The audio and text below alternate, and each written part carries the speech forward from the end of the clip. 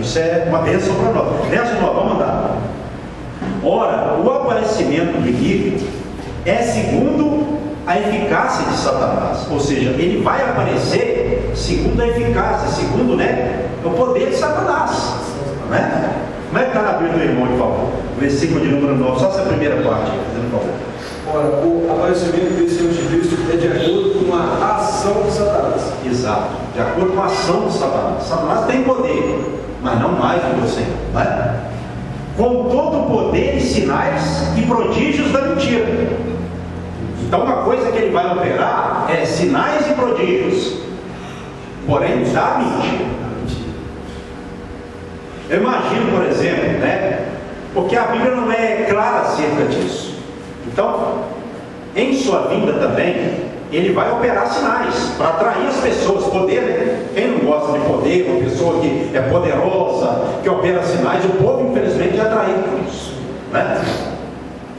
Mas aqui fala que é prodígios da mentira. Então, que são prodígios da mentira, Então você vê, por exemplo, quando Moisés chega diante de Faraó, a Bíblia interpretando a própria Bíblia, explicando a própria Bíblia.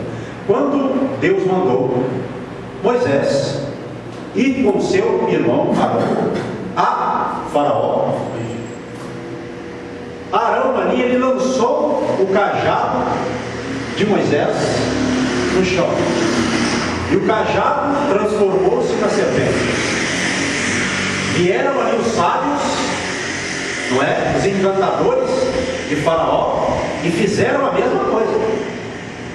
Então o diabo tem poder. Só que a boa notícia é qual? A serpente de Moisés engoliu as serpentes dos magos. Então o diabo opera, mas Deus engole o diabo. O diabo tem poder, mas um crente que tem Jesus na sua vida, ele deita o diabo por terra, porque ele tem Deus na sua vida. E a Bíblia fala que é maior aquele que está em nós do que aquele que está no mundo. A Bíblia explicando a própria Bíblia.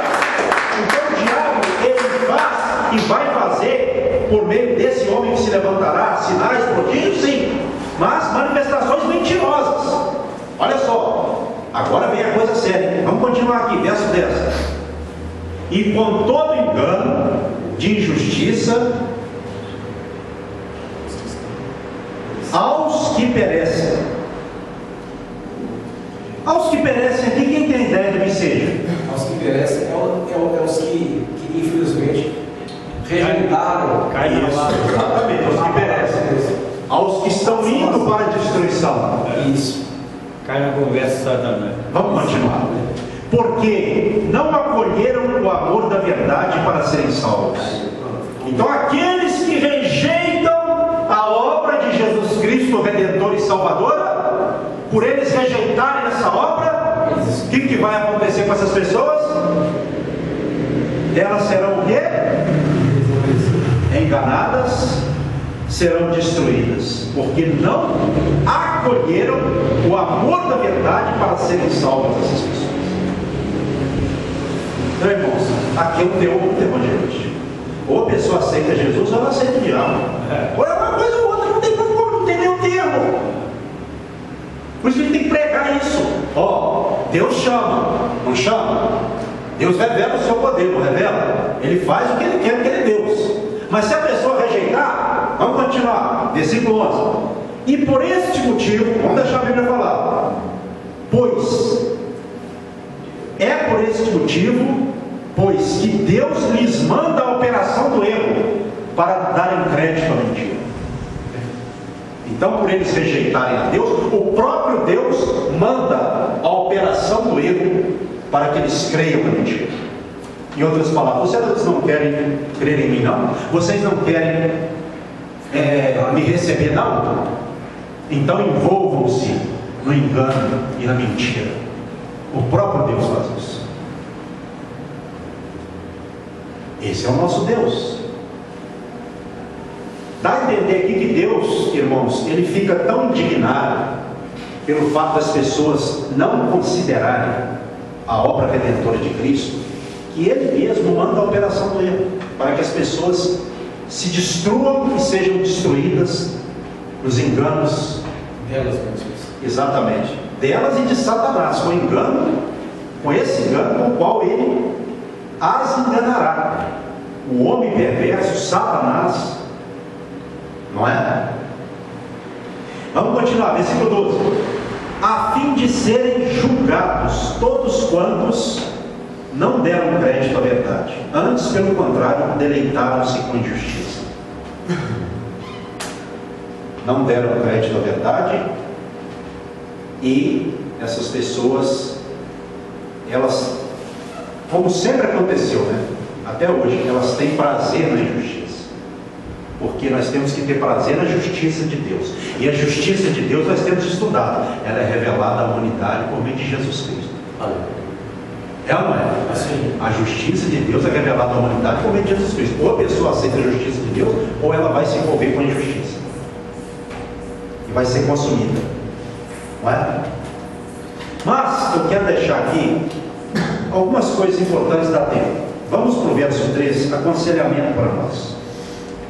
Capítulo 1, tá? Agora, eu vou só ler, não vou falar muita coisa, só para vocês entenderem. Irmãos, cumpre-nos dar sempre graças a Deus no tocante a vós outros, como é justo, pois a vossa fé cresce sobremaneira, e o vosso mútuo amor de uns para com os outros vai aumentando, a tal ponto que nós mesmos nos gloriamos de vós nas igrejas de Deus à vista da vossa constância e fé, e todas as vossas perseguições e nas tribulações que suportais, sinal evidente do reto juízo de Deus, para que sejais considerados dignos do reino de Deus, pela qual, com efeito, estáis sofrendo.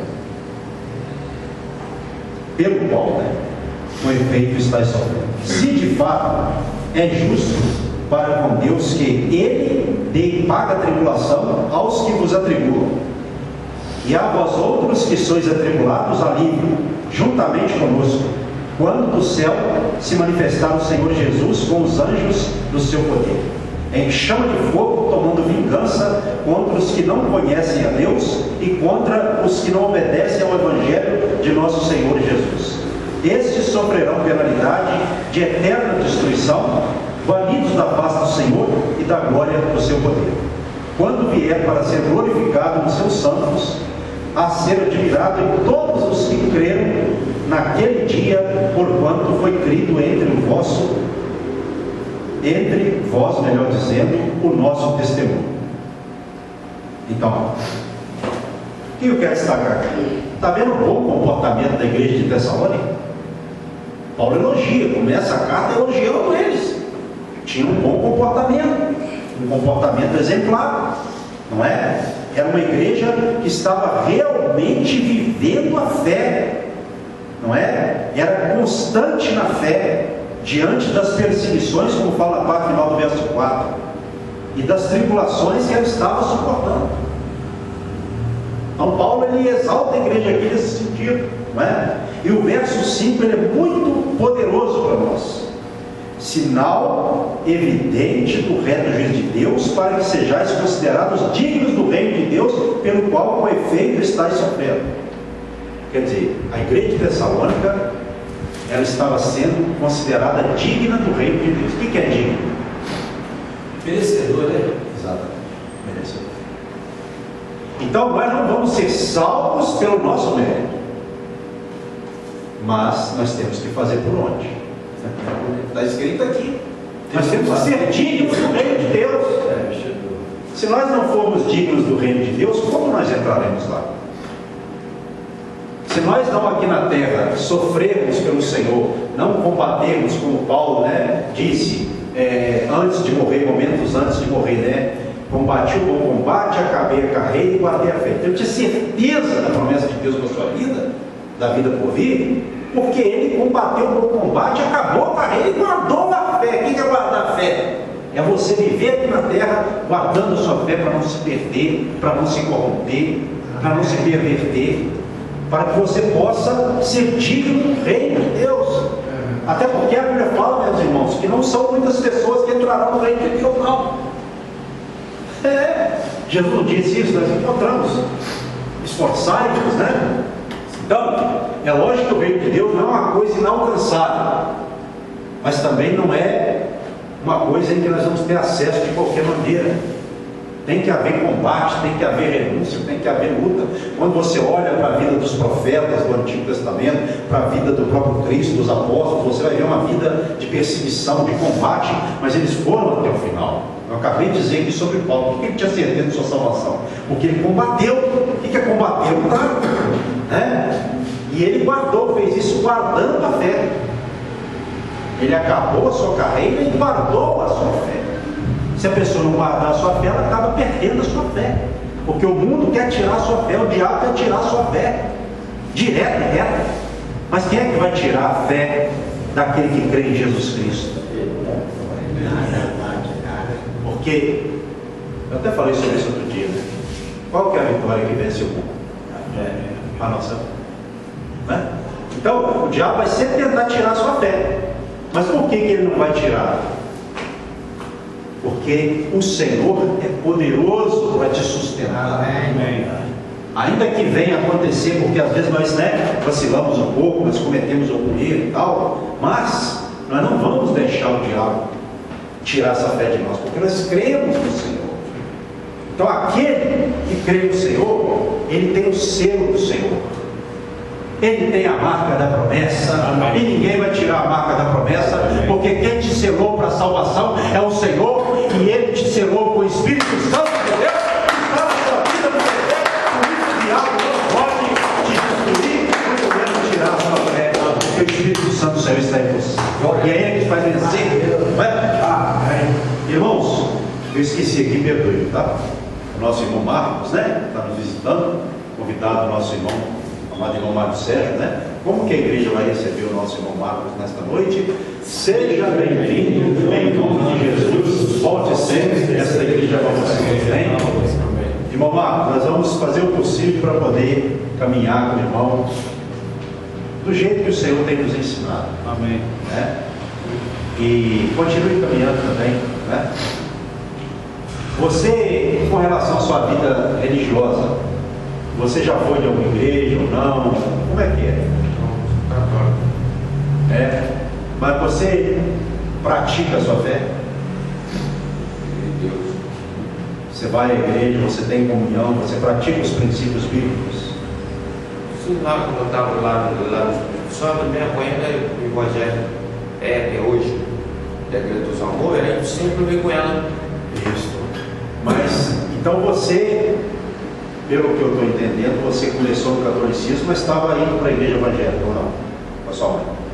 Às vezes eu indo assim com ela, né? Você tem uma noção, então, da palavra, né? Assim, do meio evangélico, do jeito que prega a palavra. Tem uma noção? Tem? Creio que o Mário Sérgio tem pregado aqui também, né? E hoje, como você vê a sua vida diante do Senhor? Em termos assim da salvação, dessa vida de Cristo, né? Nós ouvimos hoje nesta noite.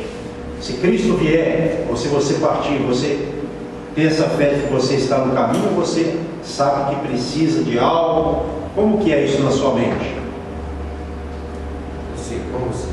Porque a Bíblia fala que a gente tem que ter certeza da salvação. Não fala? Quem crê e for batizado será salvo. Então nós temos que crer e ter essa certeza, né? Se nós cremos. Então, com relação a isso, você tem dúvida? Ou você talvez nunca ouviu uma mensagem mais aprofundada para você ter uma noção? Como que é isso aí na sua mente? Você não sabe falar sobre isso, né? O que o irmão Mário Sérgio fala sobre ele, assim, com relação a isso, você já percebeu alguma coisa? A vida espiritual dele. Qual que é, assim, a avaliação que você faria como um cristão, né? Que está mais próximo dele?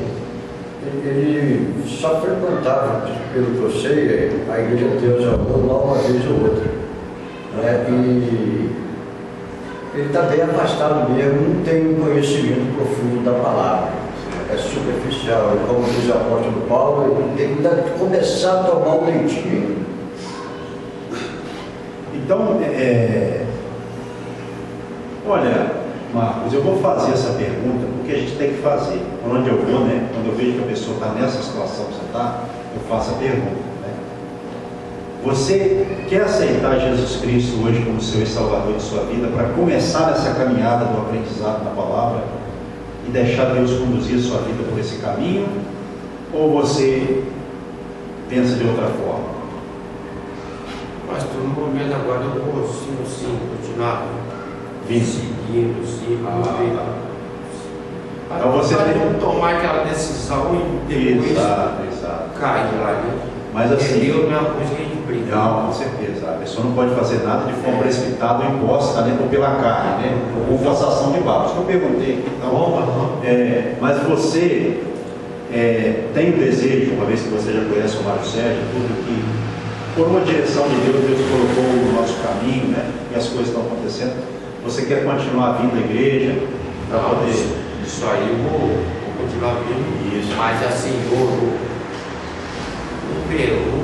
durante a semana eu não sei se vai dar, né? Mas Eu sei.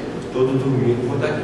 Isso. Então faça isso, porque o Marcos, né? Faça isso, Marcos, por quê? Porque é importante você praticar, né? Jesus disse assim, ó: o homem que ouve as minhas palavras e as pratica, compará-lo-ei ao homem que edificou sua casa sobre a rocha. Veio a força da enchente, combateu contra essa casa, e ela não caiu, porque estava edificada sobre a rocha, e essa rocha do Senhor. Então, presta atenção, o que ouve e pratica, Jesus fala.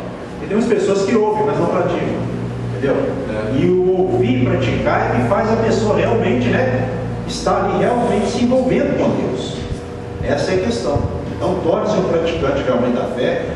Eu creio que Deus vai fazer a obra na sua vida em nome de Jesus Cristo. Nós estamos aqui para colaborar, para cooperar. Se Deus, de alguma forma, embora Ele usou o Mário Sérgio e usou-nos na vida do Mário Sérgio, isso é obra de Deus, não é do homem, né? Isso não é o homem, isso começa em Deus, Deus que nos guia, né?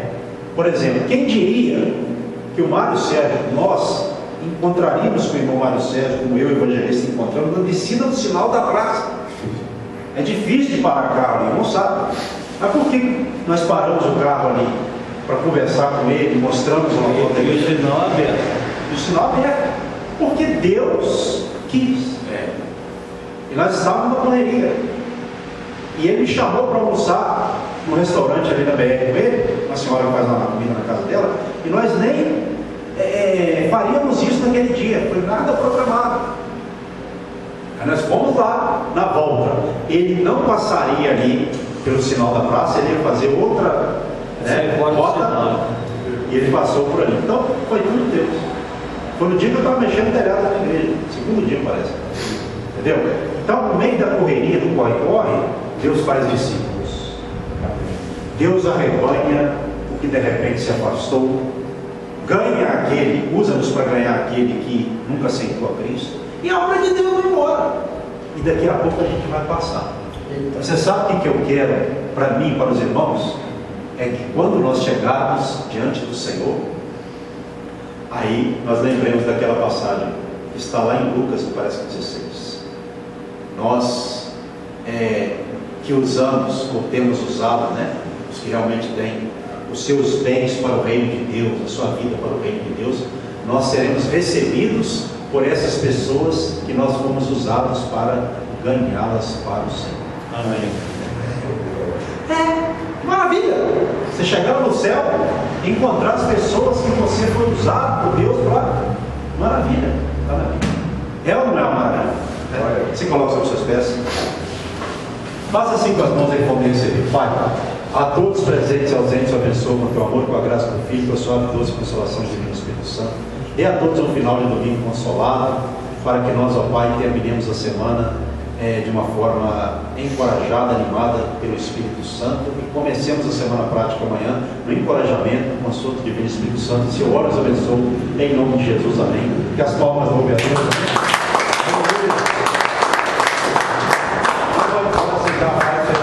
Do seu lado, Deus abençoe sua vida em nome de Jesus, aí para nós terminarmos o culto em comunhão.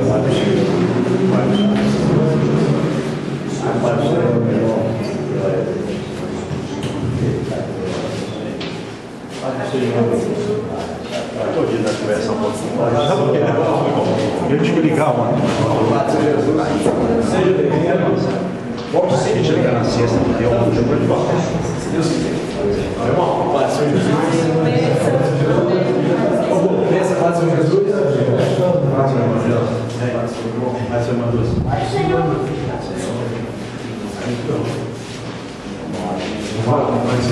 Pai, Senhor Jesus, tá bom, tá? Graças a Deus. O convite já foi. Porque ela está na minha mãe. É só ela receber lá, que ela recebendo aqui, já vai me. Chegou comigo, aí não vou.